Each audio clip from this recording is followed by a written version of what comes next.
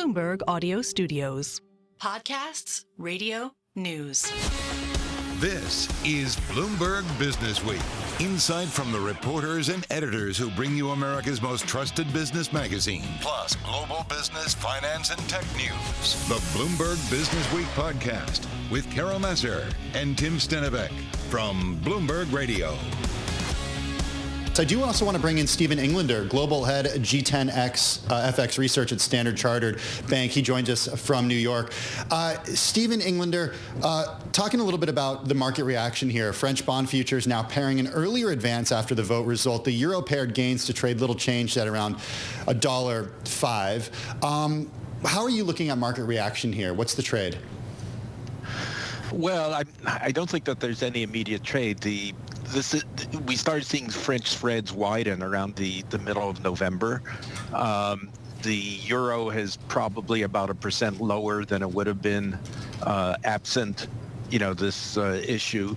I think the last few days the market has reconciled itself to a kind of very much a caretaker government, but also with what the other Steve mentioned, which is that the budget itself is kind of an austerity budget because nothing's indexed in nominal terms. It's all the same level of spending, so it's a lower real spending. So from a market perspective, this isn't a disaster right now. If it does become a political crisis, like even deeper, or if it spills over to the rest of Europe, that would become much more intense. And, as we've seen here, typically these things get resolved because one side or another decides that it's taking a political beating, being seen as responsible for, whatever checks don't go out or whatever. Stephen Englander, I was going to follow up and ask, does this affect ECB policy at all? Is the central bank thinking about kind of this uncertainty around what happens next with the French budget?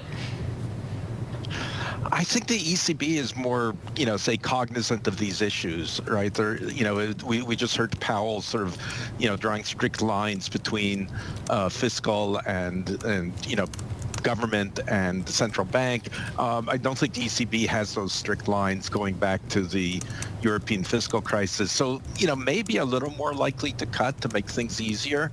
But I think initially, at least, their focus will be on trying to prevent any kind of spillover into the rest of Europe and reassure markets that they're ready to take action if anything would happen. Stephen Englander, when you say spillover, do you mean political spillover? Do you mean spillover when it comes to markets? How do you see it?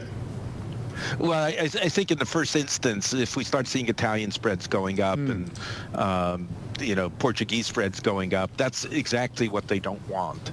And what they would react to initially is a little bit more delicate to try and intervene on French spreads when it's a French political crisis. But for the rest of Europe, I think their role is unambiguous. I want to bring back in Stephen Carroll, who's in our Paris bureau. The far-left France Unbowed Party calls for Emmanuel Macron to resign. I know you've been getting caught up just in the last few minutes, Stephen. What sticks out to you as far as other names that potentially have emerged, or what the political future of Macron is?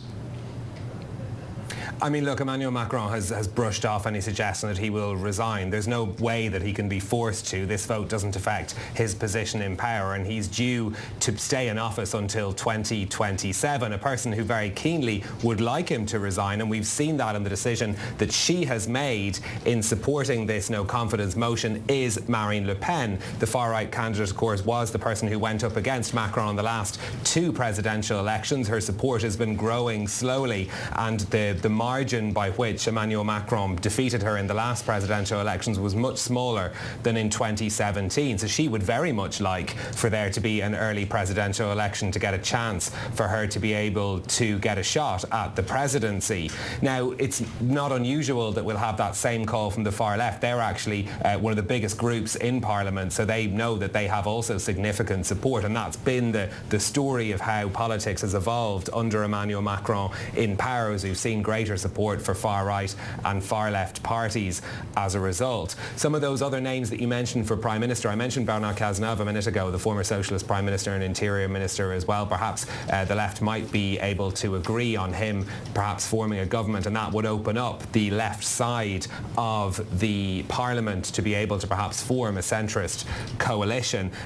Other ones that we have been talking about is the likes of François Bayrou, who is a centrist politician, an early supporter of Emmanuel Macron way back when he ran for president the first time around as well. Quite a similar profile in some ways to Michel Barnier. He's been around a long time in French politics. He has a certain amount of respect for the positions that he's had as well, and perhaps he could be someone who could draw people together, but he's not really outside of the current alliance that Macron's in. You think that because he's already tried Michel Barnier, someone who's already out of domestic politics, that perhaps he might be looking for someone a little bit bigger next time around that'll pull in new votes and new support so that he'll be able to create some currency in Parliament as well.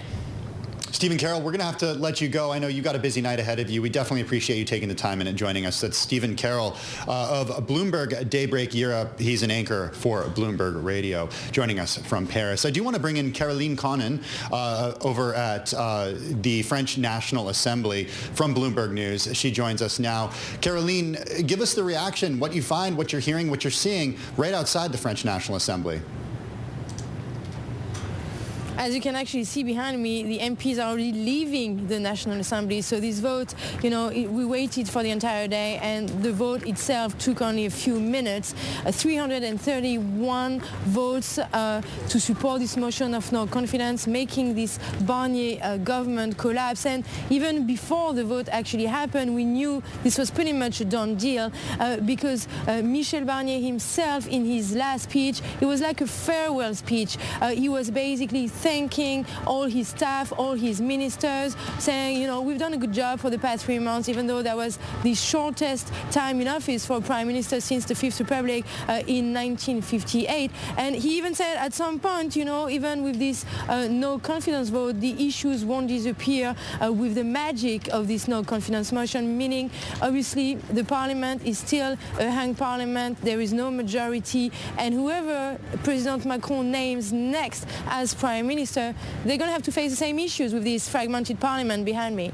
Right. Talk a little bit more about just the outlook for Macron here, because we do know that the far left party is calling for him to resign. Yeah, but the Far Left Party has been calling for Macron to resign since basically the snap elections in July. So, of course, we heard Mathilde Panot from the Far Left again tonight, just a few minutes ago, in the halls of the Assembly just behind me, calling this a historic day, and again calling for Macron's resignation. But Macron is a president technically until 2027. That is the end of his presidential term. So unless he decides to do it himself, nothing really forces him to resign. And the Constitution actually says that he's going to name a new prime minister. Now the question is that who can this prime minister be in order to get this budget passed before the end of the month, and in order to get anything done really over the next few weeks and few months, because he cannot call new elections, new parliamentary elections, until at least next July. So the situation will remain the same unless, of course, the center left, the socialists, actually decide to break up from this far left person who was claiming victory and calling for resignation. In fact, the socialist center left are not calling for Macron's resignation. That's interesting. Could we see a wider coalition going from the socialists to the center-right? We'll see over the next few days. Anything's possible. Bloomberg's Caroline Conan right there outside of the French National Assembly in Paris. I do want to get back to Stephen Englander, Global Head G10 FX Research at Standard Chartered Bank, joining us from New York. The French stocks closing in on their worst year since 2010. Although the CAC 40 today seemed to shrug off this news, it rose 0.7%. Can you talk about the equity market reaction around this at all? Well, I think there's just a lot of uncertainty there, and obviously there will be pockets where maybe they were, expecting some help from the budget, and that's not going to come. But I think it's more broad macro uncertainties than there is any, specific equity market risk. What we could see is right now the turnover budget is sort of an austerity budget. If it does turn out that they reach an agreement, but it's much more expansionary, we could see an equity market reaction, but we could also see markets looking at the fiscal situation and being a little concerned. What about the outlook here for U.S. versus Europe? We've obviously been watching euro parity. We're not there quite yet, but there's a lot of talk about the U.S. dollar continuing to strengthen against other countries, other regions, including Europe. What are you kind of watching levels-wise, and does this news in France kind of change the narrative at all?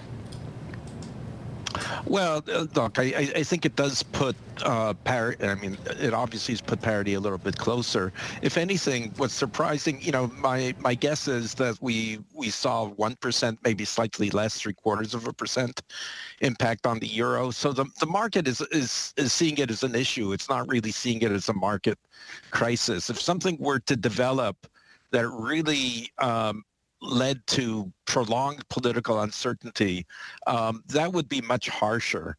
But right till now, the market is seeing it as a bad, but not as a very bad. Stephen Englander, Global Head, G10 FX Research at Standard Chartered Bank, joining us from New York this afternoon. Really do appreciate it.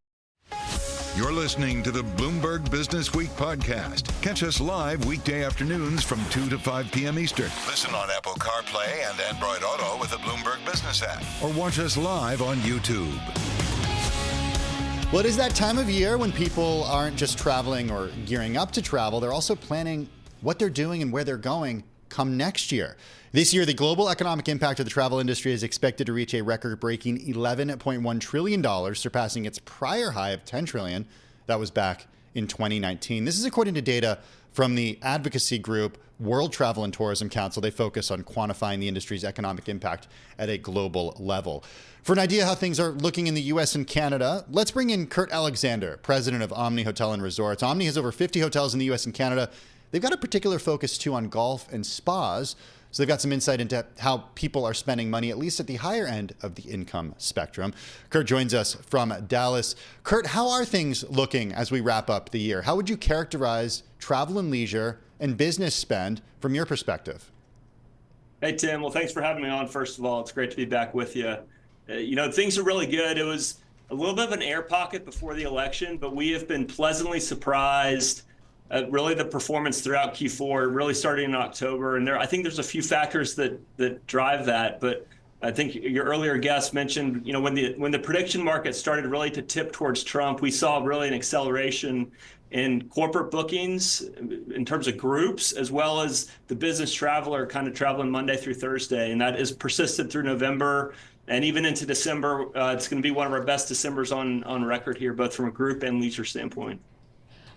You have insights into how much people are willing to spend when they go on vacation.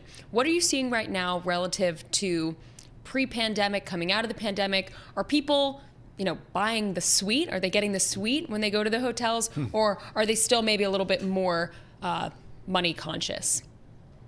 Yeah, I think it depends on your traveler and it depends on the segment of traveler. There's been a lot of press with you guys and others about kind of the wealth effect and the fact that kind of the haves have more right now, and they have more discretionary income that they can spend. And then the have-nots, unfortunately, have a little less right now in tighter budgets. Fortunately for us, we're in a unique position where I think the travelers who maybe stay at the ultra luxury Four Seasons, Ritz-Carlton, they may trade down to an Omni Hotels, equivalent, which is still incredibly high quality and great experiences. But look, we see people excited to spend money and excited to spend money on experiences and excited to spend money on experiences with people that they love. And so, as we turn into Christmas and the holiday season here, just really, we believe in family. We believe in people spending time with people that they love. And those people, they may drive them crazy at the same time, but who better to form great memories with than your family? All right, I'm not going to ask you personal questions there, Kurt. Speaking from, I would if you're speaking from experience. But I do think it's something certainly a lot of people can relate to. When you look out across the landscape for 2025 and beyond, what does growth look like? What does expansion look like? Where are you and where's Omni going to be next year?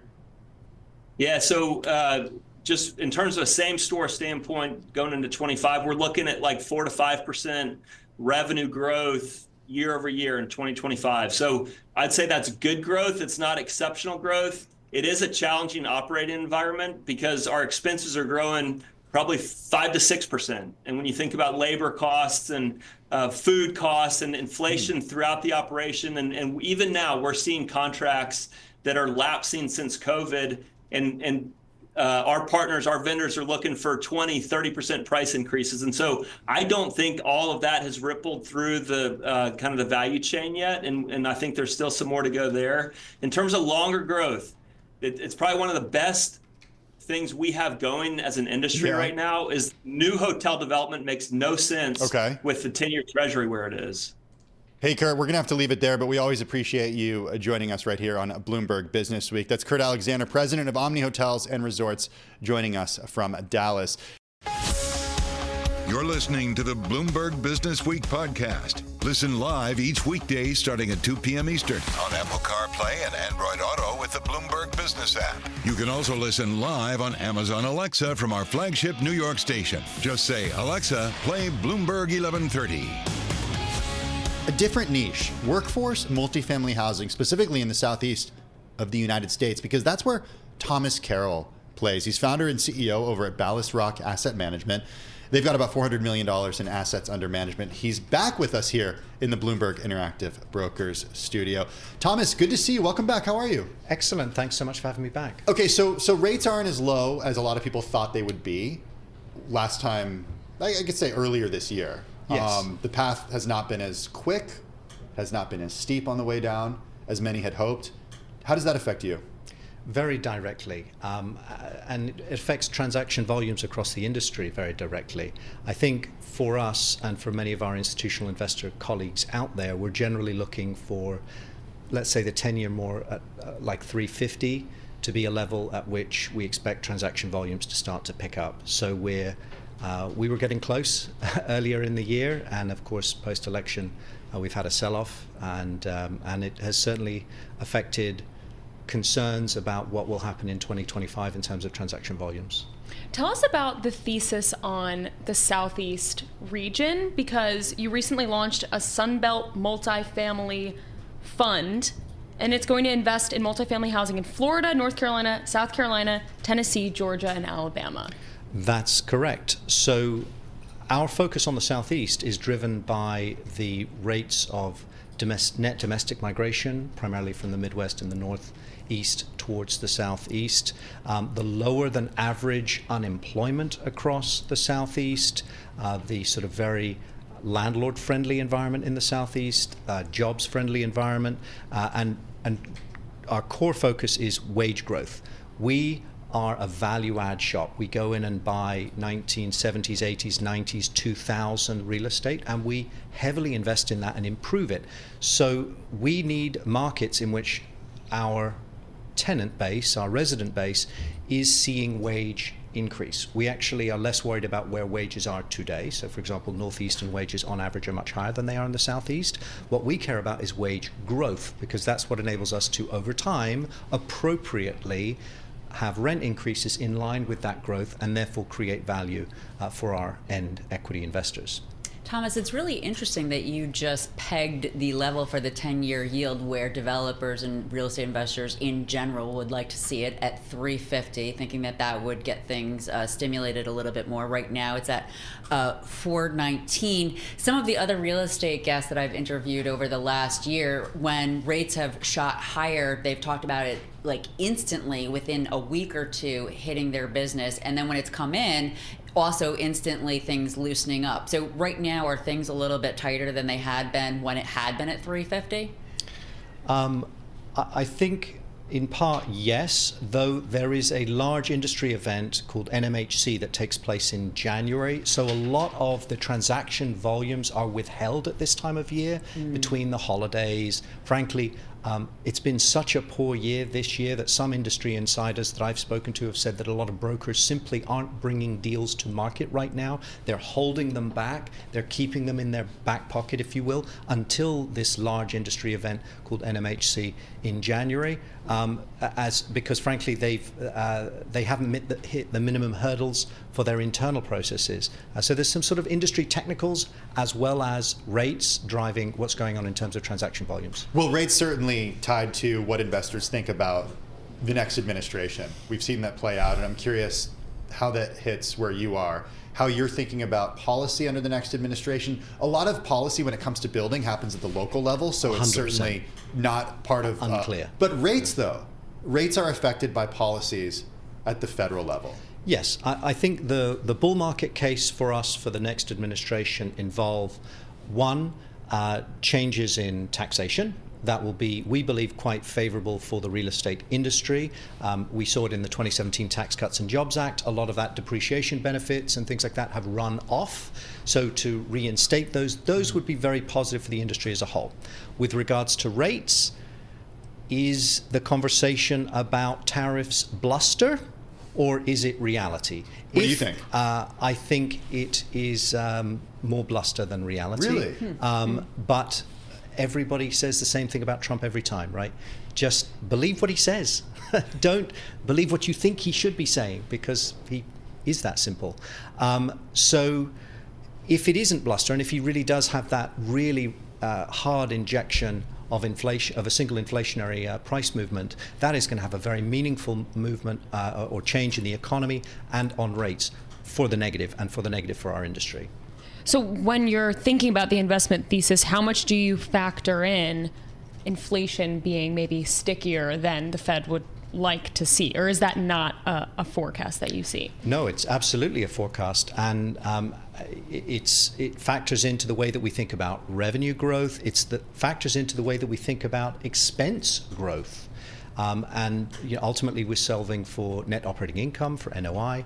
So we have to think about how our employees' wages are going to go up, so on and so forth. So it factors into all aspects. So you're really in one of the sweet spots, of the commercial real estate, the real estate market right now. Office clearly being one of the worst, and then there's other areas that are tough. Multifamily here, even in the city, can be difficult because of the rate situation and local laws. But in the Southeast, that's a great area. It is.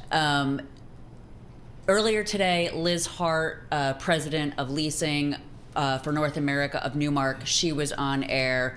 And about 2 months ago, Amy Price, president of BGO, she said the fourth quarter, in her view, is definitively the bottom for this real estate cycle. And Liz Hart earlier today said that she agreed. Do you think that we've seen the bottom? Because you just gave comments that made this year sound much more difficult than some of the other folks that we've had on have talked about. So your honesty is really quite helpful. I mean, this year has been a tough leasing year, relatively speaking, and there is seasonality to leasing. We see that the winter is always the toughest leasing season, and then it turns around in the spring, and we have what's called leasing season, which starts really in the spring and summer. So, could it be the bottom? Certainly. I think if you have, but well, if you had to say yes or no, or are you not willing to commit to one or the other, which is interesting color. I think it is certainly been the bottom of what we've seen since in the post-COVID cycle so far. I am bullish about next year in general, though. So I'd say yes, this is the bottom. Is it better to be a buyer right now or a seller in your space? Right now, we've had a lot more success selling. We've sold a couple of assets this year extremely successfully, and we've only been able to acquire one asset, but it was a distressed seller. So that was a unique situation. What's your typical holding period? Do you always want to sell, or don't you want to manage too? We do manage ourselves. In fact, we have in-house property management. That's the bulk of my team working. So why would you sell something instead of keeping it and managing it? Our job is to create extremely attractive risk-adjusted returns for our investors, and the only way we can do that ultimately is recognizing those successes with asset sales. Our typical hold is 3 to 5 years. And we've achieved, so far everything we've touched has turned to gold, partly because of the location that we're in, partly because of the nature of the team that we have and the strategy that we have. It's interesting what your strategy in terms of buying properties and then refurbishing them. Why do you make that choice as opposed to knocking them down? One conversation that I had with a big developer here in New York, he said when you look at a building, you should assume here in New York, in 50 to 100 years, it won't be here. That they're frequently the real estate's bought for the land and then rebuilt. But you have a different business model. What are the decisions that go into that? Oh, 100%. But the value of the square footage of land on this tiny island of Manhattan is completely different to the sets of decisions that we're making in the small to medium-sized markets that I invest in across the Southeast. There isn't the same land constraint in Fayetteville, North Carolina, or Greenville, Spartanburg, South Carolina, or some of the markets that we invest in Georgia. There simply isn't that same constraint. So the decision set is different, and we're acquiring in general at about half to a third the cost of new development. Wow. So our basis is much, much, much lower. Do you plan on expanding out of that area? And if you do, what else do you have your eye on, since you clearly are in really the most attractive multifamily space? We definitely have a lot more wood to chop in the markets that we're in at the moment. This current fund will purely focus on those markets, but absolutely we plan on taking this show on the road. Texas? And over time we will expand. Texas is a really tough market, a lot of liquidity chasing deals there. A lot of people gotten smoked in Texas. So what do you sort of have your eye on right now? I think pushing further west, but not necessarily all the way to Texas at this time. Okay. What are the institutional investors interested in? In terms of, ultimately they're looking for slightly lower, longer-term return than our focus. Generally, our investor base are moderate to high net worth individual investors and family offices. Every interaction we've had with institutional investors, their time horizon is much, much longer than ours. As I said, with 3 to 5 year turnaround, they're looking for much longer, but their return expectations are slightly lower than our investors' return expectations, which are higher. How was the fundraising process this time in terms of the scale of difficulty? It's certainly been more difficult in the last 12 to 18 months than it was when I founded the firm in 2018 and for the few years after that.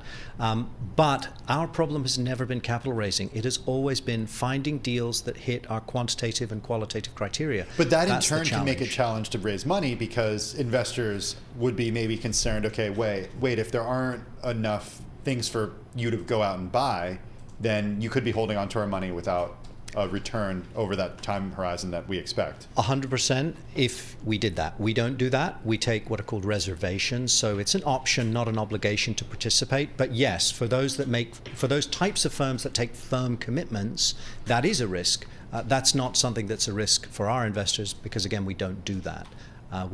People have the right to invest, but they don't have the obligation to invest until we capital call them, and then they can participate and choose to decide to participate at that time. Hey, Thomas, always good when you stop by. Thanks for taking the time. Thanks so much. Appreciate it. Thomas Carroll, founder and CEO of Ballast Rock Asset Management. They focus on workforce multifamily housing in the Southeast, about $400 million in assets under management. Also, a huge thank you to Abigail Doolittle, who covers commercial real estate, sticking with us for that interview. This is Bloomberg. You're listening to the Bloomberg Businessweek podcast. Listen live each weekday starting at 2 p.m. Eastern on Apple CarPlay and Android Auto with the Bloomberg Business app. You can also listen live on Amazon Alexa from our flagship New York station. Just say, Alexa, play Bloomberg 1130. I'm driving in my car. I turn on the radio. How about you let me drive? Oh, no. Who's gonna drive you home? Honey, please, I'll do the driving. Drive on. Excuse me, I want to drive. It's the question that drives us. This is the Drive to the Close. That funky music will drive us till the dawn. On Bloomberg Radio. Let's see what Gina Bolvin has to say about it. Gina's president of Bolvin Wealth Management. Gina joins us on Zoom from Boston. Gina, good to have you back with us. We haven't spoken to you since the election result last month. And that's where I want to start, because going into the election, there was certainly a lot of uncertainty. And even as we clearly understand who the winner of the election was, I think a lot of people are trying to understand, okay, what happens now? We're seeing picks for SEC, for NASA. There's a confirmation process coming, certainly in the new year. How are you thinking about things? Well, I want to go back to what Emily said, and it's very close to 50 all-time highs this year. So kudos to you, Emily. It's been an incredible year. I think that the election euphoria is going to continue, but I also think one of the reasons why the market took off is because we did see a clear winner immediately, and the market really likes President Trump's deregulation and his pro-growth business strategy. And I do think that 2025 will be a great year for stocks. But in terms of his cabinet picks, it seems like the market is really celebrating that as well. But let's not forget about the U.S. consumer, which has really underpinned the market. The U.S. consumer is 70% of GDP, and we just got out of Black Friday and Cyber Monday, and retail sales have been great, and that's what's driving economic growth, and that's going to continue to drive economic growth into 2025. I'm wondering just, to what extent can this optimism about a new president carry the S&P 500 in 2025 to have a repeat of what we saw this year? We're up over 27% year to date in the S&P 500. When you talk about, you expect next year to be a good one for the stock market, are you thinking another double-digit year of gains, or are you thinking maybe back to more, we could call it normal levels, single-digit gains? Yeah, you're right. I mean, I don't think we're going to see 30% back to back.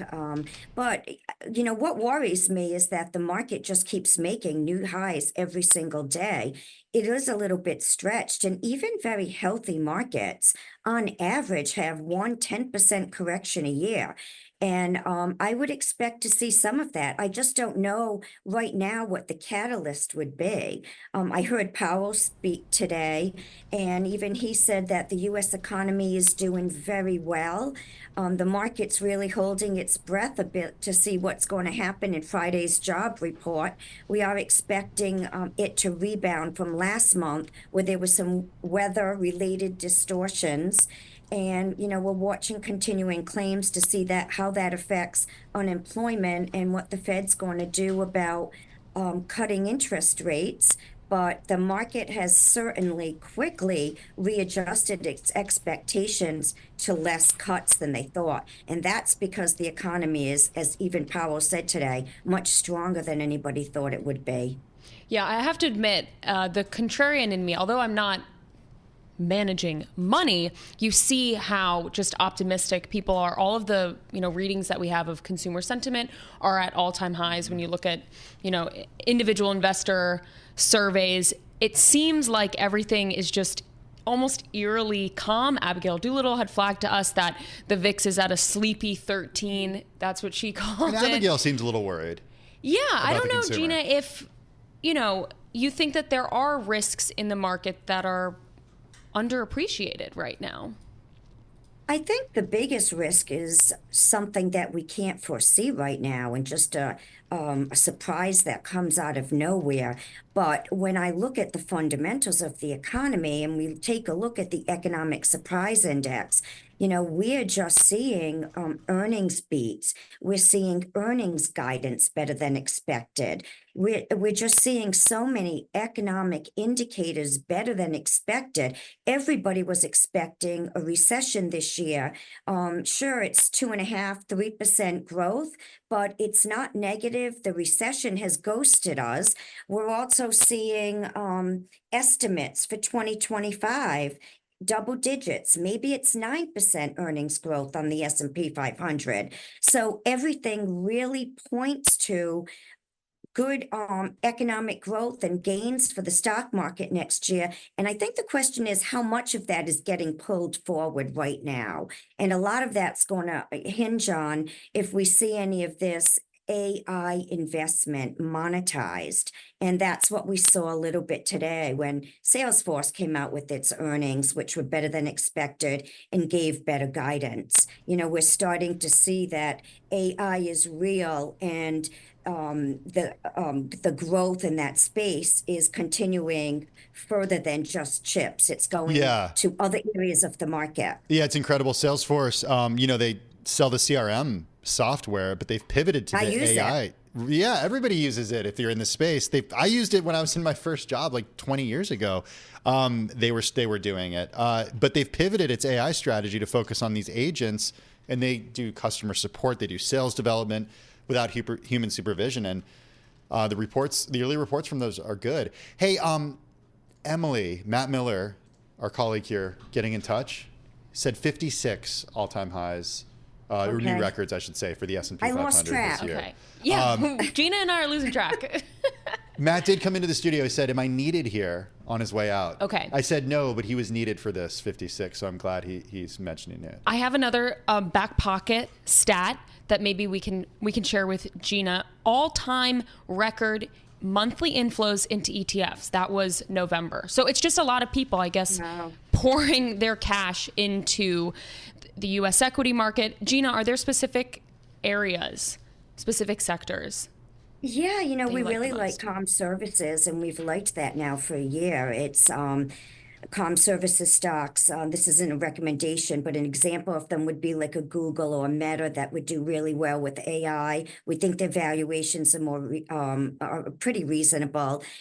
We would barbell that growth strategy with some value stocks and industrials that has an AI tailwind. We like aerospace in defense in that sector.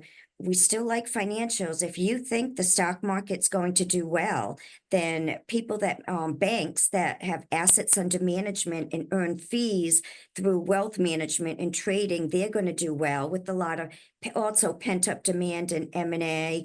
And regarding mega cap tech stocks, I think that's the question. We're neutral, but I'll point out that being neutral on these mega cap tech stocks are about 30% of the market. 35%. That's a good point. So that's a good, healthy weighting, even Gina, if you're neutral. Gonna have to leave it there. Gina Bolvin, president at Bolvin Wealth Management, joining us from Boston. This is the Bloomberg Businessweek podcast, available on Apple, Spotify, and anywhere else you get your podcasts. Listen live weekday afternoons from 2 to 5 p.m. Eastern on Bloomberg.com, the iHeartRadio app, TuneIn, and the Bloomberg Business app. You can also watch us live every weekday on YouTube and always on the Bloomberg Terminal.